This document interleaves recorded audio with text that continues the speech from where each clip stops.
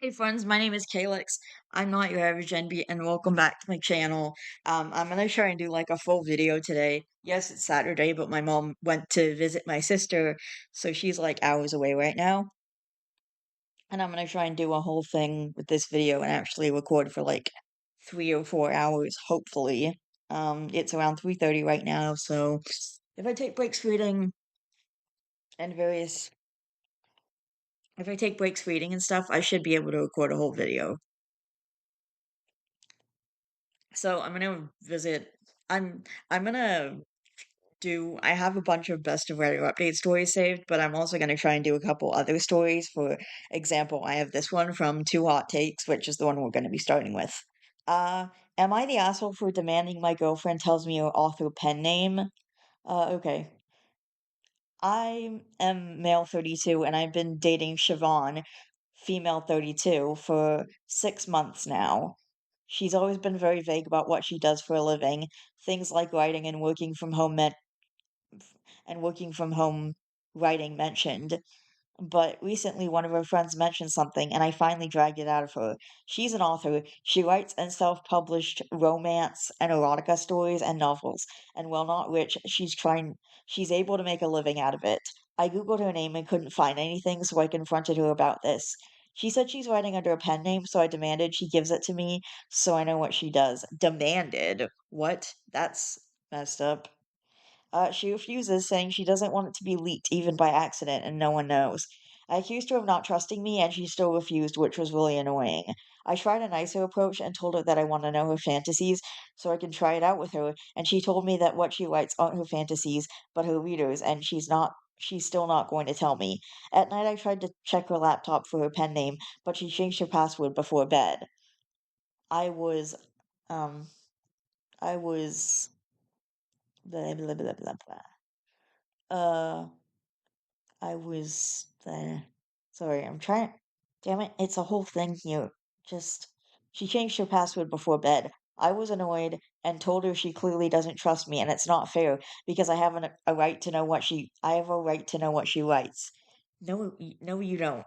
Especially if it's a especially since it's a sensitive topic and I don't know her if I don't know her pen name. She was furious I tried to look on her laptop and told me to go home. Before leaving, I told her when she calls to apologize, I expect to get her pen name with the apology. She called me an asshole on my way out. I thought she'd call by now, but she hasn't. My sister told me I was the asshole and I should apologize, but I just don't see it and need a second opinion. Was I the asshole? Yes, very much. The actual OP commented on this and said, "It astounds me how people will write out this shit and not realize where they went wrong." He sounds wildly manipulative, and I feel like narcissism goes hand in hand with that. He probably can't fathom the idea of being in the wrong here. Right? This man openly admitted to trying to go on her laptop after she went to bed, then got angry/upset she changed the password, accusing her of not trusting him. Do we even know if she changed her password recently? My mind's more thinking, what if her being an author means prioritizing secrecy means she probably changes her passwords frequently to have good digital security, and he just took it personally from that one time he tried an old password. Who knows if the password he tried out could have been 4 to 5 passwords ago, depending on how frequently she switches codes. Bro, I'm just dumb and forget my passwords sometimes, so I have to reset it. OOP is just a controlling, manipulative butthole. Also, who the fuck is giving out passwords to some dude you've only been dating for 6 months? The fucking entitlement. 6 months in, you are lucky if you get my Netflix password, much less my laptop with bank SSN private info. Yeah, I'm like signed into my laptop and my phone and stuff on my banking app. So like if you just go and click on the password, it'll automatically log you in. So yeah, you can't really have that stuff. Okay, there's a lot going on here. He 100% seems like the type to get mad and release her author's name. What a dink. Yeah, that's what I'm thinking too. He doesn't seem very trustworthy if he's going around doing this shit. And yes, she probably doesn't trust him, and because they've only been dating like 6 months, and also this story just shows that she's right to not trust him. She's literally right. Like, if you can't trust someone who's gonna, first of all, demanding to see her work and stuff. That's a whole thing in and of itself. Like, that's a big can of worms. which is really messed up. You can't just demand. You can ask nicely, but straight up demanding, especially when this is the first time you're talking about it and mentioning it, and the first thing you do is demand to see your work. That's absolutely ridiculous. I'm sorry if I'm an author and I am fine with sharing my work, but there's stuff that I just don't share out there. Like there was one book that is never going to see the light of day. Um, but like I would not just automatically give my pen name to anybody and everybody I came across. Like, I would be careful, and I am planning to, if things go the way I hope they will, use some of the money to actually publish my book. I mean, I have to finish it first, but yeah, I'm gonna actually use the money to self-publish and market and do all that stuff. And yeah, I wouldn't just give it like, okay, if I'm in her position, I'm not gonna just give out my pen name. You guys know what I'm trying to say. Okay. I have to use the bathroom. I'll be right back. Anyway, one of the replies to the comment I just read a moment ago is that's what I thought too. Exactly. I don't think he should be waiting by the phone, waiting for her to call. I hope this woman runs fast, far, or at least changes the locks on her doors. Oh, she's for sure not gonna call him. Couple of crying and laughing emojis. Alright, this next story is from Best of Redditor Updates. Uh, it's originally posted to r slash AIATH, which is one of the r slash am I the asshole subreddits. There's like a whole bunch of them. Okay, am I the asshole for being upset that my in-laws decided to join us for 2 weeks of our summer without asking? Obviously no one on this sub is the OOP, and this was originally posted July 30th, 2024, so over a year ago, closer to 2 years ago now. My family is Greek, and since my first year on this earth, I've been lucky to go back to my village each summer to see friends and family. I now have my own kids, and since I can work remotely, I can do the same with them. My parents are still there, and it's a beloved homecoming each year. We have a little life here with our family and neighbors, and it is very special to us. This year, my in-laws, who have been to Greece before, decided they would be joining us for 3 weeks. Okay, the original thing says 2 weeks, so it says 2 weeks, so is it 2 or 3? Whatever, I'm just gonna read it. I'm not gonna worry about numbers because that is inconsequential. They didn't tell us until after they booked their tickets and essentially announced it. Thankfully, my husband convinced them to dial it back 1 week, so now it's, quote, just two, unquote. They were very upset about this change. I feel disrespected and manipulated. Context: my family went to great lengths early in our marriage to invite them and include them in our community events, and each time they have shown no interest in speaking or engaging with anyone, even when people went out of their way to connect. When they came to our house, they or any house they are there to be served, they do not even take their own plates to the sink. I at least do that. Just kidding, I do a little more than that, but I guess my point is they're lazier than I am, and I have a lot of mental health issues that actively keep me from doing all the things I want in life. Anyway, they arrived a few days ago and since then have made several jokes about coming for longer next year and maybe even buying a place near us. They seem to either not understand that dictating what 2 weeks of our summer will look like with no consultation crossed a line, or perhaps they don't care. Either way, every ounce of trust or respect I have for them has evaporated. This kind of manipulation makes me not even want my kids around them. Will they manipulate them too? Am I the asshole here? What would you all do? Relevant comments. Deleted user says, define not the asshole. You don't just make plans to join someone for something like that without asking. I could never imagine doing that to someone. I assume that you live in the US or somewhere where you can see your in laws whenever, and this is just supposed to be your kid's chance to be just with just your parents. That is way too many justs. Okay, OP says not yes, exactly. We see them regularly in the US, but my mother-in-law really wants a special vacation with them and apparently has decided to just insert herself into my childhood traditions. I don't understand. We could just talk about it and find a way for her to create her own special tradition, own special tra- own special tradition with the kids. Why can't I say that word? Okay, and then there's a shrugging woman emoji. And then someone else replies to that. Mother-in-law doesn't want a special vacation. She wants a vacation with a built-in tour guide and catered meals to Greece. And then there's another comment that says, "Tell them this is the time with your family and they need to arrange their own accommodations and plan their own activities without your family. You know why they do this. They're jealous of the time you spend with your family and a controlling need to be included." OP replies, "Bingo. My goal right now is to draw clear lines and ensure this never happens again." Oh. And another comment says, "Not the asshole. You have two choices. One, the husband tells them it's not acceptable. It's time for you guys to be with her family and they are not welcome to ruin your vacay. Two, you tell them point blank they are not welcome to participate in your vacation. And if they do so again, you will be going no contact, and that includes the children." And the OOP replies, "Amen, amen. We are going to do both. Before they leave, I will tell them directly that if they pull a stunt like this again, they will get zero time with us and the kids." How close were the in laws? This is the issue. They booked a place next to my family home. We are not moving. It's been our home for 40 years. There is an update the next day, July 31st, 2024. "Spoke with my husband and he agrees, though he is not as angry as I am. Most importantly, he validated my feelings and we had a really constructive conversation. Bleh.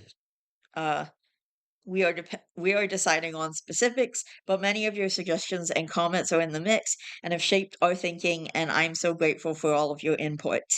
Update to October 5th, 2024, a little over 2 months later. Update: my husband spoke with them back home and was surprised to realize that they literally didn't understand why their behavior was problematic.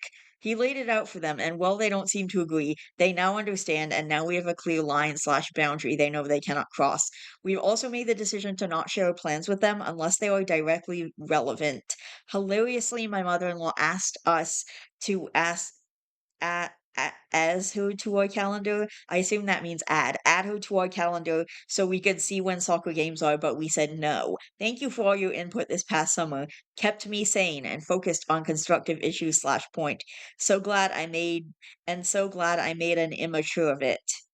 I am not sure what that means. It definitely would have happened again. This person's first language is probably not English, but, there were a few mistakes. I am not sure. "So glad I made an immature of it." Is I'm not sure what that means. Does that mean, like, posts or immature? Whatever. Okay, I cannot figure out what that last sentence means for the life of me. Anyway, it's crazy how common it is for in-laws to hide how much they freeload off others before marriages. My cousin's in-laws seemed perfect and respectable. Come to find out, they just visit her when they please at their convenience without regard to my cousin, and treat her mother, my aunt who graciously helps my cousin with her two babies, like a maid. For whatever reason, I've noticed this especially with older people. I've been lucky enough to have some joint Christmases between my family and my husband's. For whatever reason, despite definitely raising myself and my sisters to be polite guests, my grandparents defaulted to being weirdly rude, commenting on the food, not saying please and thank you, not taking their plates away, wanting to be served first, complaining loudly that things aren't going at their pace, changing the TV mid-movie, etc. Just weird behavior all of a sudden that I don't really get. I don't know how much is just them freeloading or they just act like this to people they think they're above. Yeah, that's where you need to set up clear boundaries. Like, that's what I'm trying to do right now because I'm really bad about just caving to whatever my mom wants and not really like sticking to clear boundaries. I'm trying to set boundaries with her and like actually stick to them this time. Alright. Yeah, alright. I'm not even sure. Anyway, I'm gonna scroll down a bit so I can find another story. Okay. Yeah, this one sounded anyway, um, I had gone for a 1 week vacation and gave my house keys to my friend to look after and take care of my two dogs at my house. Now he gave keys to his girlfriend and let her stay at my home. She isn't leaving now after I come home. I called the cops, but they say this would be a civil matter.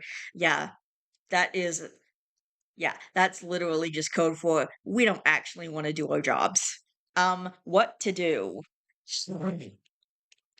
This was originally posted r/legal advice, and this post is from Best of Redditor updates, by the way.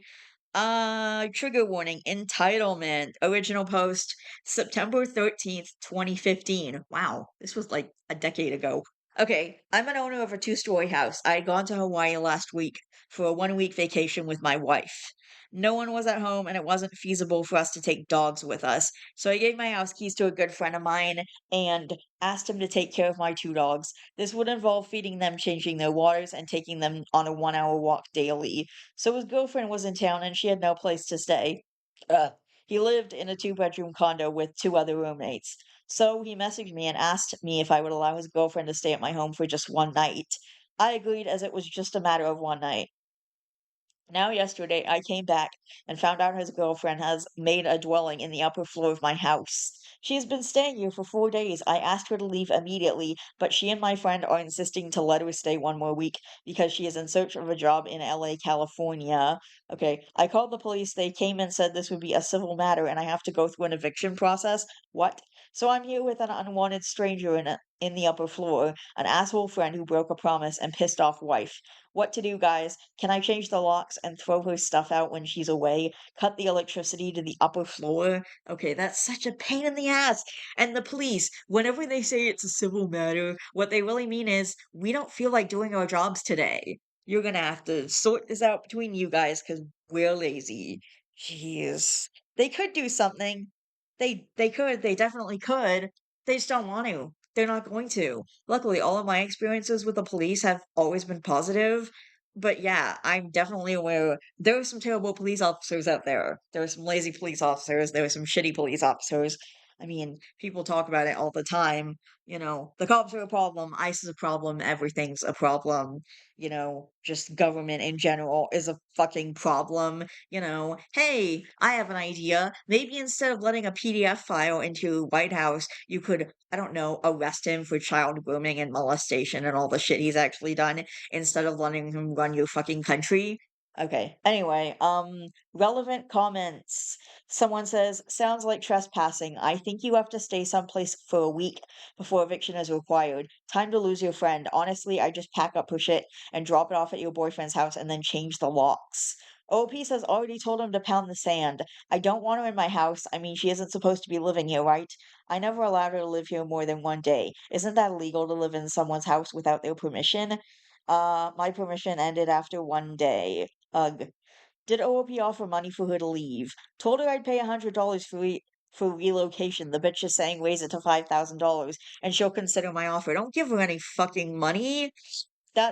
It's a reward for being a shithead. Okay. And then the commenter who commented the first comment, if that makes sense, uh replies to that. Seriously, pack up her shit and throw it on the street. In California, there are guests, lodgers, and tenants, all with different rights. Guests are less than 7 days and can be evicted anytime with written notice. If they don't leave, it's trespassing. After 7 days, she'll have more rights. Okay. Okay. And then stop that. Okay, September 14th, 2015. The next day, there's an update. Good morning, guys. This is an uplifting update. Good. First of all, I'd like to thank all of you guys for such an overwhelming response. I'm glad that there are people who would spend time from their busy life to help a random stranger on the internet.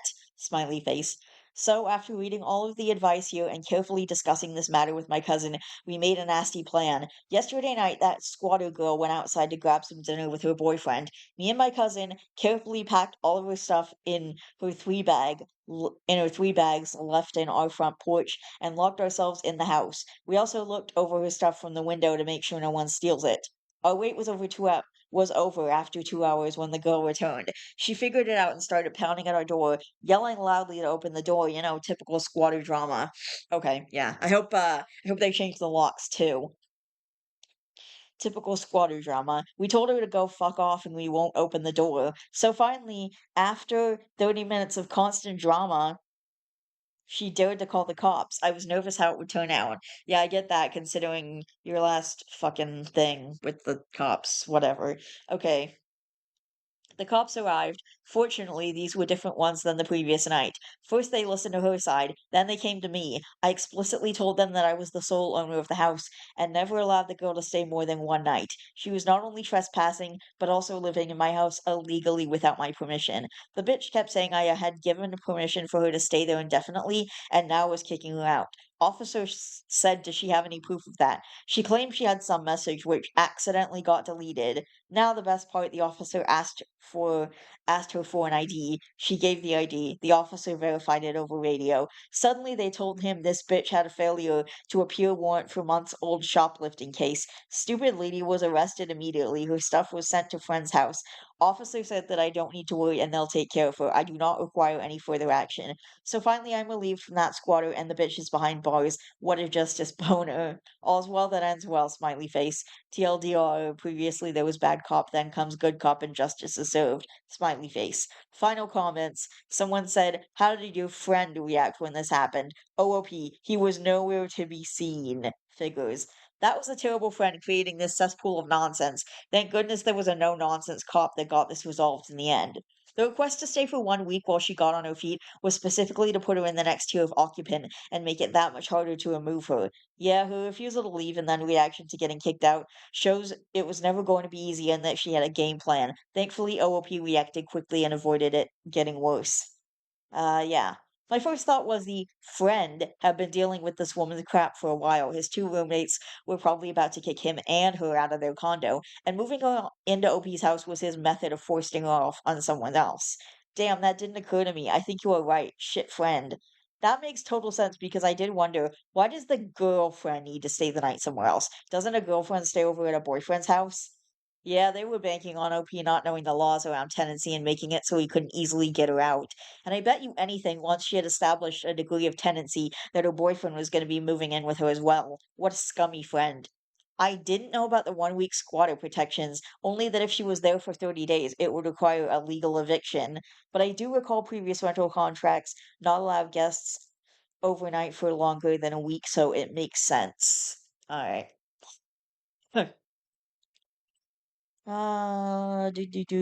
Okay. Um, so this is a really interesting one that I heard recently on Oz's channel. I always watch two Reddit videos in the morning, r slash and Oz's Vault. They're the two that upload every single day, and I love their channels. Okay, so the buckle up for this one, cause it's super crazy. So this is from Best of Reddit Updates. This is not my dimension, and I'm afraid I'm asleep. Plus an 8-year update. And this was originally posted r slash glitch in the Matrix. Trigger warnings, mentions of suicide, depersonalization slash derealization, psychological distress, trauma, self-harm mention, other mentions of mental disorders, alcohol abuse mention, and mood spoiler, which I'm not going to read. Original post, posted December 4th, 2017. Okay. First of all, I have no idea of how Reddit works. I'm only writing this here because this is the only decent platform where my friends and family aren't registered or have the opportunity to track me down. I'll also be posting this in several different subreddits. Hope I'm not misusing the word, since I'm at a loss and I'm looking for any kind of help or reassurance I can possibly get. Let's get to it. Something is off. I feel utterly and completely disconnected from my surroundings and my body and mind. I feel as if I'm merely a passenger in someone else's life. It's like an endless dream. I wake up in the morning with the exact same feeling in my body as when I went to sleep, aka I don't ever wake up and feel new and fresh or even tired. I simply open my eyes and go. This has caused my life to turn into a gray haze I can't seem to escape.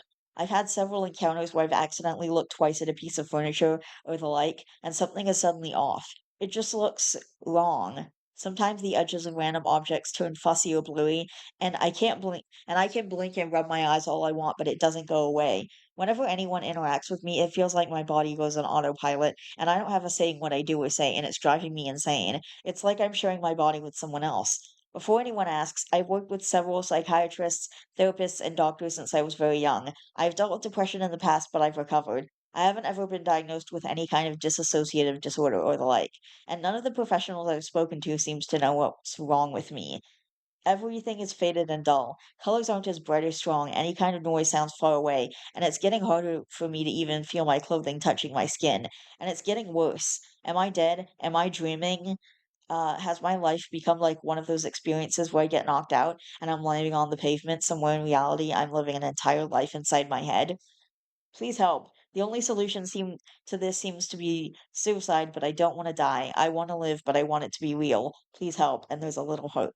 Okay, relevant comment. Editor's note. Other comments from OOP that were too long slash not worth putting in here reveals that she's 16, went to therapy due to depression from trauma, and that she doesn't actually want to kill herself, as her life outside of this issue is satisfactory. You're not dreaming. Comment and a commenter says, "You're not dreaming," and I know it's kind of a dick move to say this, but there is a good chance you are having a psychological episode of some sort. You should talk to a medical professional about these symptoms. OP says, "This episode has been going on since as long as I can remember then. As I mentioned in my post, I've spoken to several medical professionals during my life, and you're not being a dick at all. I really appreciate the input." Commenter says, "I do want to understand you and don't mean to be a jerk. If you have this episode as long as you remember, how do you know there is something different than it is supposed to be? I can imagine how scary this is for you. I can have a slight touch of this feeling after a slash in a period of insomnia, so I am wondering, did you have a test about sleeping? Some people wake themselves a lot at night. It's not always waking up completely, so it can be hard to know if that's happening to you. I hope you find a solution." OP says, "I have a very vague memory of things not being like this. I believe it must have been when I was very young, maybe around age 3 or 5 or something. When I describe how I feel to others, they can't relate in the slightest.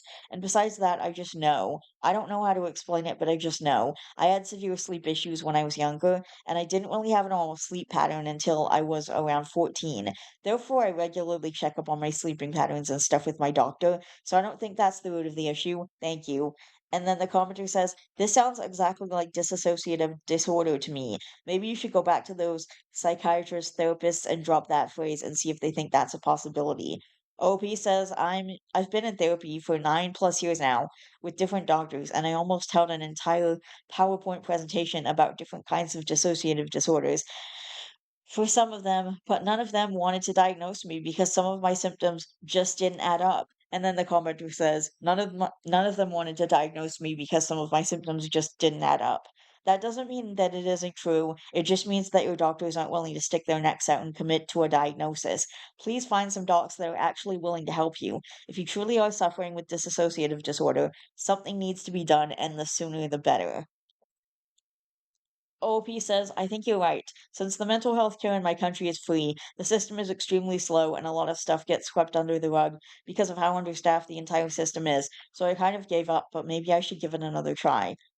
And the commenter says, "Yes, I would say that this sounds like some kind of variation of a derealization slash depersonalization syndrome. In many ways, it is classic of that. I would suggest not ruling this out at all, and it is always possible that the particular psychiatrists you have spoken to just weren't on the ball enough when digging into it. I would go again to the mental health professionals with this particular aspect in mind. And preferably try to see a psychiatrist who specializes in that area. It might also be worth your while, and if your insurance can cover it, to order a full and detailed physical to see if anything comes up. Okay.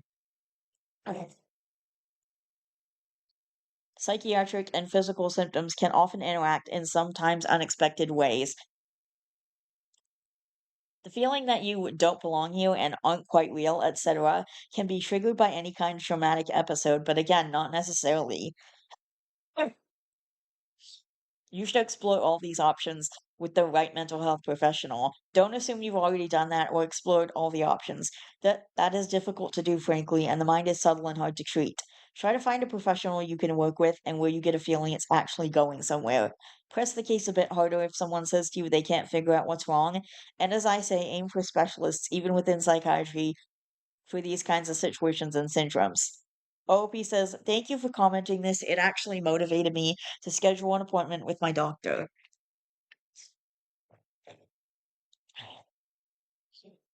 Fun first update attached to original slash first post.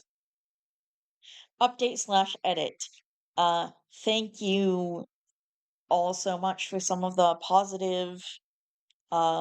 for some of the positive responses I've got. As some of you may have figured out, I was completely freaked out when I wrote this and in a very bad state of mind. I found great comfort in a lot of your comments. At this point, I had completely given up on the mental health care system since I'd been told for so long that nothing was wrong with me. So having so many people reassuring me that this is 100% a mental health thing and that my doctors have seemed to neglect me all this time is such a weight off my shoulders. Thank you all so much for not taking this post as some sort of joke or the like. I've made an appointment with a new doctor who sounded very interested in getting me some proper help from people who specialized in disassociation slash derealization slash depersonalization. Thank you all. Merry Christmas. Okay. Okay. Yes. Okay. Second update posted September 25th, 2020. 2 years and 10 months after the original post. So, yeah. Okay. Title: I believe this subreddit may have saved my life. Hi, I'm not sure if this type of post is allowed on this subreddit, but I'm deleting my account and I figured I'd revisit the community that brought me to Reddit in the first place and leave a thanks. 2 years ago, I made a post to this sub in complete distress, 100% convinced that I was either dreaming in a coma, dead, or somehow misplaced in the wrong dimension. After various failed attempts at reaching out for professional help, I was in a panicked frenzy, thinking that I'd have to kill myself Inception style, or just had to accept that I'd never know what my real life was like, aka a fuck ass situation with no possible positive outcome. Besides the few people who accused me of having this sub confused with no sleep, and the ones who had a laugh about telling me that I was right and there was no way out and my life was a simulation, thanks, you nonce. I was floored by how many supportive and comforting responses I received. I'd heard the terms disassociation and derealization slash depersonalization before, but never really understood what they meant. A short time after posting, I contacted my doctor with these specific terms, and instead of writing it off as hormone driven teenage female hysteria as so many others had done, she referred me to a psychiatrist who knew her shit and was able to give me the care I needed.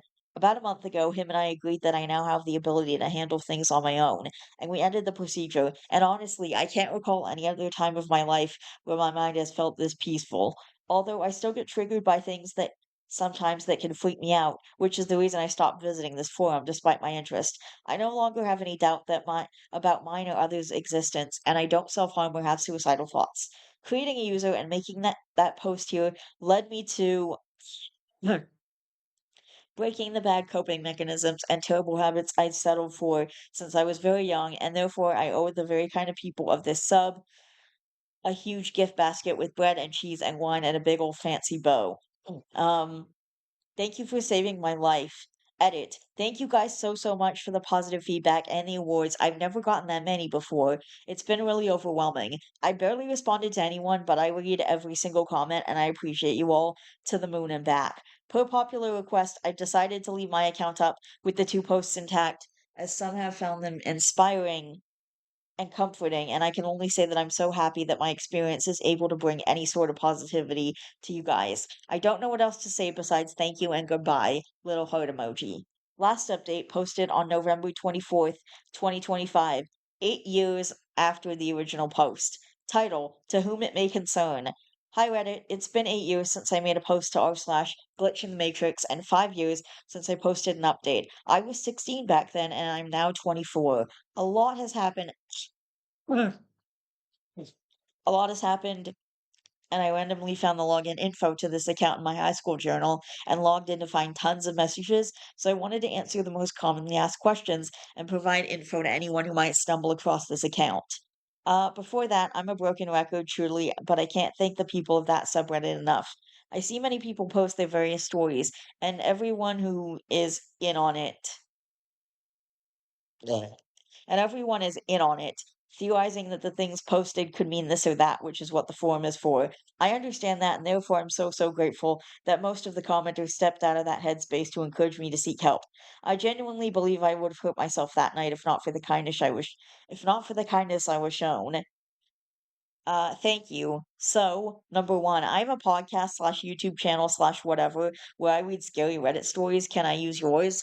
No. Okay, fine, yes. But on the one condition that you make it abundantly clear that this is not a ghost story or glitch in any matrix, but a case of a young person without a support system having a terrible mental health crisis. If my story is to be shared as entertainment, all I ask is that it be educational to do my past self some justice, as a scary Reddit story was what sent my mental breakdown off in the first place.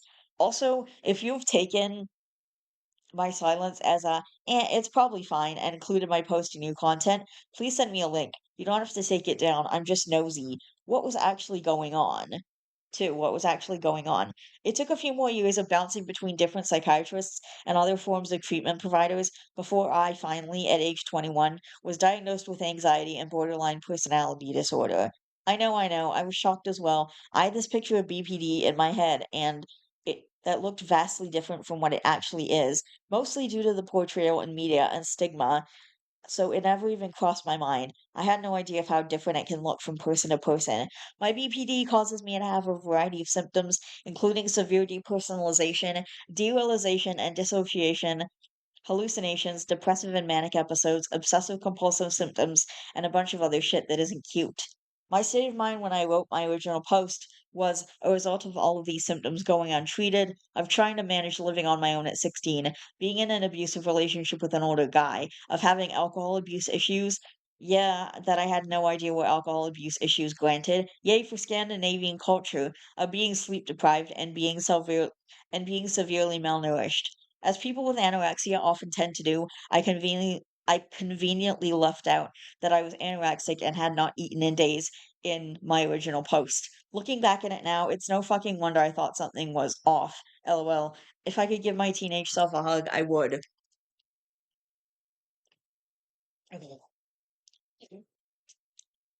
Also, with the gift of years of therapy, hindsight, and reflection, I believe my dissociative state followed me getting blackout drunk when I was 12 years old and having a severe panic attack. Unfortunately, I was surrounded by other 12-year-olds who locked me in a room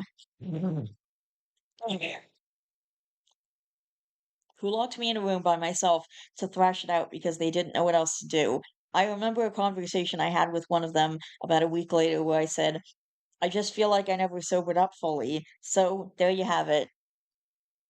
3. Did you ever fully recover from the depersonalization and derealization? Unfortunately, no. Not yet, at least. It has gotten a lot better, and the symptoms that do remain don't weigh heavy on me at all. I still feel fuzzy, but I enjoy my life, even though I know that I could enjoy it more if I didn't have my condition. It took me a very long time to make peace with it, but I came to accept it as an either I kill myself or I take what I can get, and well, I'm still here, and I'm genuinely glad to be. I'm forgetful, I get easily confused. I'm forgetful, but I'm not paranoid or scared or feeling like I'm completely detached from my body anymore. If I sit down and concentrate really, really hard on grounding exercises, the fuzz goes away. It doesn't last, but I know I'm still capable of not feeling it. I'm counting on waking up one day clear as daylight and knowing that it's happened with others and that the feeling is within my reach has kept me going. 4. Have you tried LSD slash shrooms slash etc.? Girl, no, and neither will I. There are a few prescription drugs that have made me feel close to normal, but I won't disclose which ones as I was abusing them, not taking them as instructed. I love smoking weed, but it doesn't help, and I don't do it much. Alcohol makes it so much worse. I'm on mood stabilizing medication and it helps with my anxiety as well, and that's enough for me. My entire family consists of addicts, and I saw how I drank in high school and middle school. Substances are a slippery slide for me, and I stay away as much as I can. 5. How are you? Dude, good. I've reached a level of acceptance and peace I would have never dreamed of when I made the original post. I love my life, my friends, my family, the degree I'm doing, my medicine, my hobbies. I love music and books and food and my dog. There are so many things that I enjoy and that are worth staying alive for, and I'm so, so happy I didn't manage to end my life. Living with BPD isn't easy and likely never will be, but I manage. In comparison to what my life used to look like, however, this shit is a breeze. It takes work and it continues to take work every single day. And I don't always make it out of bed or out my door, and I stay away from glitch and Matrix esque content at all costs. But I'm generally happy. Please don't kill yourself. It gets better. Your only guarantee that it won't ever get better is if you die before it does. Hang in there. Okay, so that's the end of the story. I have to say, since this was a mental health post, honestly, a lot of stuff this guy says just sat so right with me. Like him saying, what he said about I genuinely would have killed myself if or hurt myself if I hadn't gotten help that night. And like I can pinpoint at least 4 times in my life where if I hadn't gotten exactly what I needed in that moment, I would have ended up dead. like I would have killed myself and it just would have been over and I never would have been living this great life that I am now with my mom and my snake and my stuffed animals and everything that is great about my life. I love my pets. I love my mom. I love my stuffed animals. I love my hobbies. I love my writing. I love my life. I love this channel. I love you guys. Like everything. Like if I killed myself at 17, I wouldn't have made this channel and I never would have made myself visible in the public eye like this. I'm almost at 200 subscribers. I never would have gotten there. I think I'm like maybe 5 subscribers away last time I checked. Yeah, I never would have gotten there. I never would have done any of this crazy stuff. Definitely never would have got my snake, which is one of the best things in my life. Maybe even just the best thing in my life. Never would have had such an awesome relationship with my mom. Never would have stopped talking to my sister, but I guess some things just happen for the worst. But yeah, it's like yeah, what they say about getting it it gets better. I love this. Your only guarantee that it won't ever get better is if you die before it does. I love it. And like this whole last thing honestly makes it yeah. Do do do. Mm. Yeah, I've reached a level of acceptance and peace I would never dreamed of when I made my original post. I feel that way too. Like I am better than I was like 10 years ago or 5 years ago or 3 years ago or 1 year ago or even like a month ago. I'm better. I don't know. Things seem to be getting better and sometimes things get a little worse, but then they get better again. Like things got worse when my grandpa died, but they've slowly been getting better and now they're back to about how they were before he died. I still miss him, obviously. I'm never gonna stop missing him.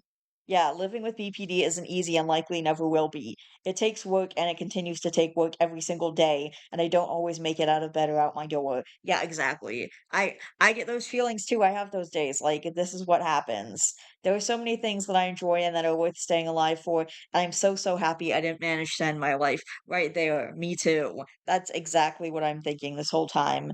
Alright. It's fucking nuts, man. Alright. I'm gonna have to just I gotta eat something, but I'll be back real soon for you guys.